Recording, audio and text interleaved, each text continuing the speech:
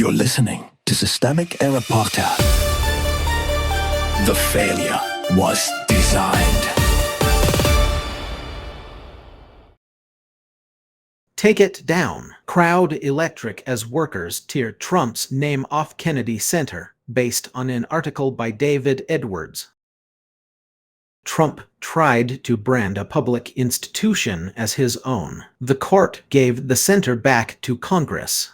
The source: workers were stripping Donald Trump's name from the Kennedy Center after a federal judge rejected the board's last legal move to keep it there. The name had been attached to the building's marble façade by Trump's handpicked board in December 2025, despite the judge's earlier ruling that Congress, not the board, controls the naming of a congressionally named building. Who had power? The actual institutional power in this story was never in the chants or the crowd. It sat with Congress, which named the building, and with the court, which enforced that fact. Trump's board had proximity to the levers of the institution, not ownership of it. That distinction matters, because the whole stunt depended on pretending appointment power was the same thing as sovereign authority.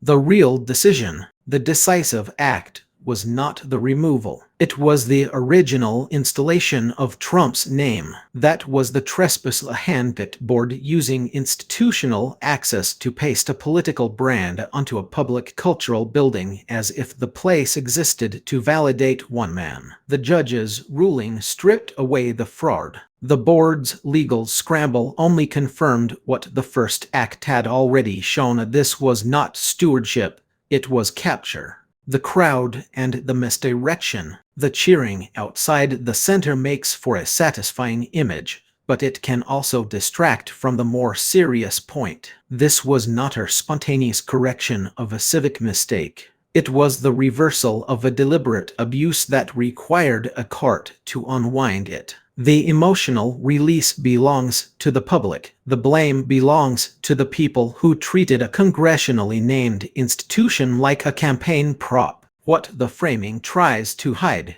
The weak framing here would be to describe this as a naming dispute, or worse, a symbolic spat around a famous arts venue. It is bigger than that. It is a small but clear example of how powerful actors test whether rules apply to them, then force everyone else to spend time and money restoring the boundary they crossed. First comes the appropriation, then comes the legal delay, then comes the performance of injury when the stolen thing is taken back. The pattern.